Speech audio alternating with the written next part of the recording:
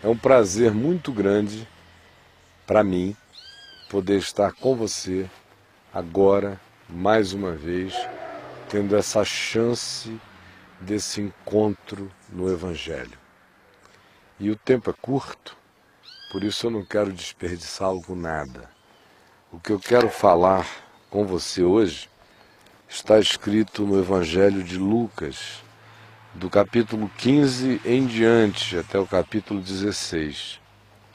Mas eu vou ler inicialmente apenas 2 versos do capítulo 15 de Lucas. Aproximavam-se de Jesus todos os publicanos, que eram os coletores de impostos, os fiscais de fazenda, que trabalhavam para o Império Romano, portanto eles eram extremamente mal vistos pelos judeus, eram vistos como traidores e também como seres abusivos e extorsivos, porque Roma determinava um tributo, vamos supor 10, e o coletor ganhava o dinheiro dele em relação àquilo que ele podia colocar acima do estabelecido. Então Roma estabelecia 10, ele colocava 15, 20, o que ele pusesse a mais era dele. Então, além de traidor, do ponto de vista do judeu, por trabalhar para os romanos, que eram os imperialistas dominadores e tiranos do mundo na época, além disso, os publicanos também ainda exploravam o seu próprio povo, porque não só pegavam o dinheiro e davam a parte do tirano, mas tiranizavam o próprio povo, pegando uma parte enorme para eles mesmos. Então é com esse pessoal aqui que Jesus está junto. Aproximaram-se de Jesus esses publicanos e os pecadores para o ouvir. E aí os religiosos judeus ficaram olhando e disseram: Jesus, esse cara não é sério não, esse tal de Jesus. Por isso o texto prossegue dizendo: e murmuravam os fariseus, que é aquela seita absolutamente fanática, restritiva, legalista, que acha que Deus é dono de salão de estética cósmica, que bota aquela cara de piedade babante, se vestiam com aquelas roupas que os caracterizavam, viviam fazendo orações nas esquinas, nas praças, dando esmolas extremamente trombeteadas para que todo mundo visse a sua suposta piedade. Então essa moçada aí, os fariseus e os escribas, que eram aqueles que viviam de letras, eram os teólogos, os escrivãos teológicos, eram aqueles que viviam da meticulosidade da letra e não do espírito da revelação, da palavra, da vida. Esses murmuravam dizendo: esse Jesus recebe pecadores e come com eles. Esse é o contexto. A partir daí, o que a gente observa é uma sequência de parábolas, 1, 2, 3, 4, 5 parábolas na sequência, contando e desdobrando as implicações disso que eu acabei de ler. Que publicanos e pecadores se aproximavam de Jesus para o ouvir, enquanto fariseus, escribas, religiosos murmuravam e se zangavam com Jesus, por Jesus abrir espaço para essas pessoas. O fato é que os religiosos não queriam nada com Jesus. Mas religioso é assim mesmo. Eles não querem nada com Jesus, nada com Deus, mas não querem que ninguém queira. Eles querem que as pessoas fiquem apenas sempre sob o domínio deles, as restrições deles, os comandos deles, as doutrinas deles, as ordens deles. E Jesus não é assim. Nunca foi, nem é e não será. Jesus é o mesmo ontem, hoje e eternamente. Por isso, é pelo Jesus de ontem, que o Evangelho me narra com tanta meticulosidade, que eu discerno o Jesus de hoje e discerno quem é Jesus amanhã, porque ele não muda. Jesus é o mesmo ontem, hoje e eternamente. Então tudo quanto ele está dizendo aqui está válido para hoje. Eu tenho que saber onde é que isso incide, aonde é que essas palavras de Jesus recaem na minha vida e no meu mundo. Ora, a sequência de histórias que Jesus contou, a fim de ilustrar, respondendo o que ele queria responder a essa turma de fariseus e de escribas que o estavam molestando, o oprimindo, murmurando e ainda fazendo aquela gozação religiosa, pirracenta e mordaz contra os publicanos e os pecadores que queriam ouvi-lo. Essa sequência de parábolas é a resposta de Jesus. Eu não vou contar as parábolas todas, eu vou resumi-las. A primeira delas é da ovelha perdida. E Jesus começa dizendo a esse grupo de fariseus e escribas o seguinte: então lhes propôs Jesus esta parábola, aos fariseus e aos escribas: qual dentre vós é o homem que, possuindo 100 ovelhas e perdendo uma delas, não deixa no deserto as 99 e vai buscar a que se perdeu até encontrá-la? Porque os escribas e os fariseus, pense nisso, julgavam-se pessoas que não tinham se perdido de nada. Eles que eram donos de Deus, dono do caminho, dono da verdade, donos de tudo.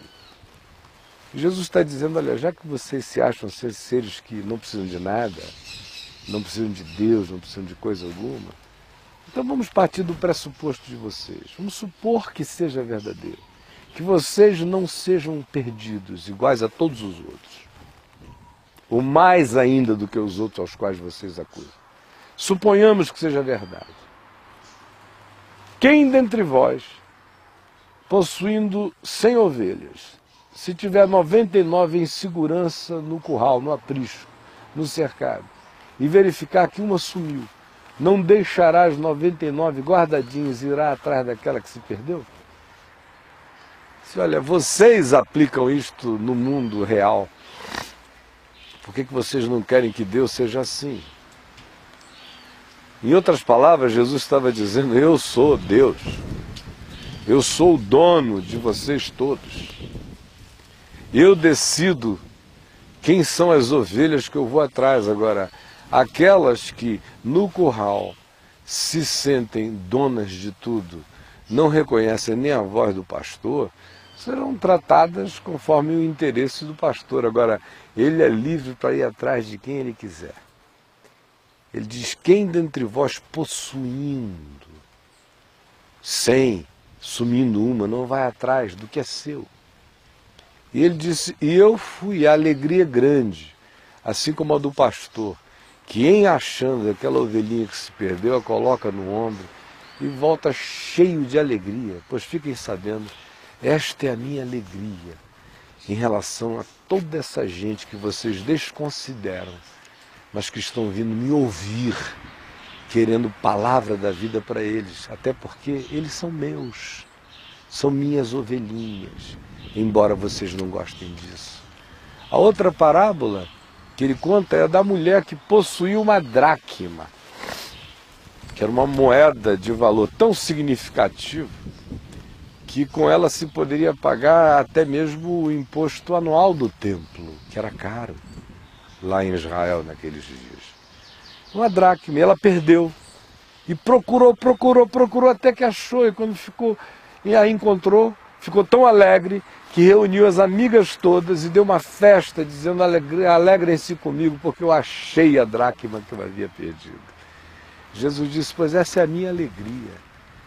Esse povo que vocês dizem que não vale nada é a minha dracma perdida, é o meu tesouro perdido. Eu os achei. E a semelhança de uma mulher que fica na obsessão de procurar o que perdeu em casa, eu encontrei. E se vocês acham que eu sou perdulário, eu sou mesmo.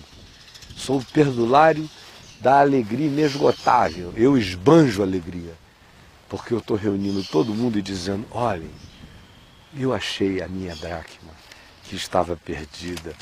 Pode não ter nenhum valor para vocês, mas para mim tem todo o valor possível. A terceira história tem duas parábolas embutidas nela. É a chamada parábola do filho pródigo. Na primeira, da ovelha perdida, Jesus diz: eu sou o pastor e as ovelhas são minhas. Na segunda ele diz: esses a quem vocês acusam de não ter nenhum valor, para mim são a minha dracma perdida. Eu estou vivendo a alegria de uma dona de casa que encontrou o que tinha perdido dentro da sua casa. Essa é a minha festa. Esse é o meu gozo toda vez que eu encontro alguém que pode não ter valor para ninguém, mas para mim tem todo o valor da vida, porque eu criei. E agora, ele cria uma história onde ele é pai, respondendo ainda aos escribas e fariseus a mesma questão: por que ele come com essa gente? Ele diz: olha, havia um filho, um pai tinha 2 filhos, o mais moço deles procurou o pai e disse: pai, dá-me a parte que me cabe dos bens. O que naqueles dias no Oriente Médio significava dizer: você está demorando muito a morrer, eu não tenho tempo para esperar a minha herança, adianta a minha parte. Era uma ofensa inconcebível fazer isso com um pai. Como ainda hoje é, mas lá era 1000 vezes pior. Aí o pai, generoso e bondoso, lhes repartiu os haveres. Repartiu com o mais novo, que pedia, e com o mais velho, que estava em casa e não pedia nada. O filho mais novo foi embora. Viveu dissolutamente, pegou todas as mulheres que quis, gastou dinheiro como desejou, veio a ficar pobre, não tinha mais nada, numa terra distante, ninguém lhe ajudava, foi trabalhar com porcos, cuidando de porcos, e desejava comer o que sobrava das alfarrobas e das babugens dos porcos, até o dia em que ele caiu em si e disse: eu sou um louco, o que eu estou fazendo aqui? Quantos trabalhadores de meu pai têm pão com fartura e eu aqui morro de fome? Levantar-me-ei, irei ter com meu pai, e lhe direi: pai, pequei contra o céu e diante de ti, já não sou digno de ser chamado teu filho, recebe-me ao menos como um dos teus trabalhadores. E vinha ele ainda longe, diz Jesus, quando seu pai de longe o viu, o avistou, e deixando tudo em casa, correu ao encontro do filho, e o abraçou, e o beijou, e o filho começou a fazer sua confissão, dizendo: pai, pequei contra o céu e diante de ti, já não sou digno de ser chamado teu filho. E o pai o interrompeu e não deixou que ele prosseguisse com a confissão, chamou os servos e disse: trazei-me depressa roupa para ele, sandálias, tragam o anel dele, o anel da família, e mandem matar o novilho cevado e contratem a melhor banda da cidade, porque hoje à noite vai ter festa. Porque este meu filho estava morto e reviveu, estava perdido e foi achado. E começaram todos a regozijar-se, e as músicas a tocar, e a comida a ser preparada, e o pai feliz, e o filho abrigado e reconciliado, caindo em si, reconhecendo agora o verdadeiro sentido da vida. Enquanto isto, o irmão mais velho estava no campo, e ao voltar, ouvindo as músicas, os alaridos, as celebrações e os folguedos, se sentiu profundamente desconcertado. Ora, festa em casa, na minha casa, que já é minha até, porque meu pai já repartiu os haveres, a herança, ele tem usufruto, mas de fato a casa é minha. O outro já gastou tudo que tinha, eu conservei tudo que me deram e está aqui. Ainda fazem uma festa na casa que já é minha e nem me avisam. Foi chegando já chateado. Aí encontrou um servo e disse: o que é isso aí?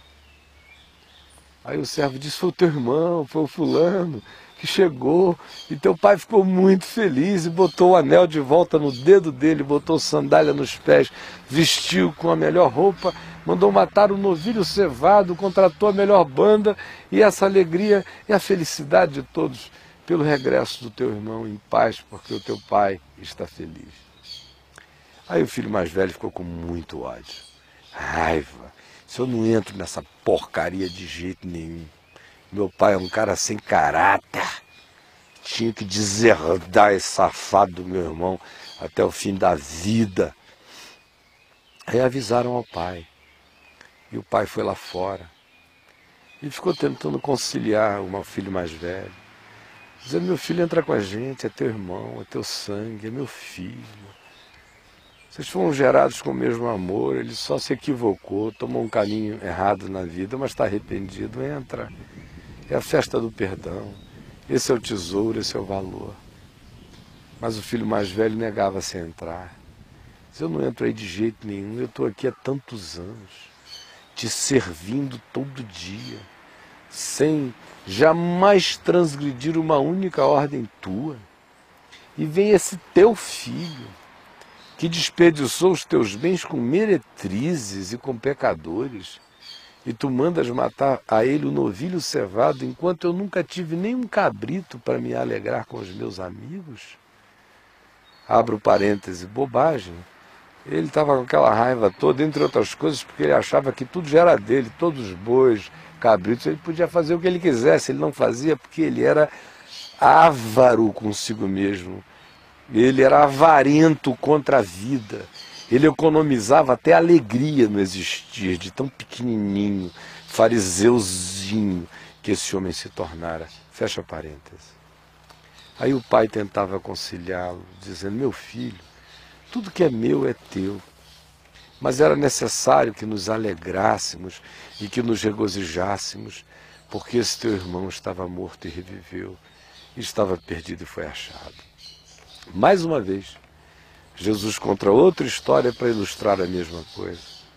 O filho mais novo, que foi embora para a terra distante, com as meretrizes, que viveu perdulária, luxuriante e insensatamente, é o pródigo, que equivale aos publicanos e aos pecadores, com os quais na vida real Jesus estava comendo, e ante cuja realidade fariseus, escribas e outros religiosos murmuravam com ódio e com raiva, porque eles não queriam Jesus, mas também não queriam ver ninguém mais sendo tratado bem pelo amor e pela misericórdia dele. E aí Jesus contou essa história, dizendo aos fariseus e aos escribas, vocês são esse irmão mais velho, nunca fez nada, nunca comeram nem pirulito, quanto mais a mulher da terra distante. Estão aí, chupando o dedo o dia inteiro com inveja dos pecadores, como os fariseus. Vocês não estão aqui por amor, não servem por amor, não obedecem por amor, é só fachada, é só obrigação. Dentro de vocês o que há isso? É inveja de tudo, inveja até da desgraça. Vocês sentem inveja até de quem se deu mal, se estoporou todo na vida. E vocês ficam assim. Vocês estão pensando que eu não vejo vocês, que eu não discerno vocês, que eu não saco qual é a de vocês? Jesus está dizendo a eles, vocês estão tão perdidos, ou mais ainda, do que o filho que foi para uma terra distante, que foi pelo menos um pecador honesto. E vocês estão aqui nessa dissimulação, vivendo, construindo um Vaticano de ódio na religião de vocês aqui, de raivas, de invejas, de cobiças, de malquerências, de raiva de obedecerem a Deus. Vocês não fazem nada com verdade, nem com espontaneidade, nem com sinceridade. É a súmula da história que Jesus está contando aqui. A outra que ele narra é a de um administrador infiel. Ele diz que havia um homem rico, muito rico, e que tinha um administrador. E o administrador, que já estava naquela função há muitos anos, começou a misturar na cabeça, como acontece com a maioria dos administradores que ficam sozinhos na gestão de um negócio há muito tempo, e o dono se ausenta, o indivíduo começa a se sentir dono do negócio. E o administrador misturou tantas coisas, ele começou a achar que o negócio do outro tinha virado dele apenas porque o outro confiara tanto nele que entregara tudo à sua gestão. E aí ele começou a fazer aquela gestão particular, vocês sabem como é que é. E a cobrar mais, a fazenda produzia muito trigo, muitos grãos,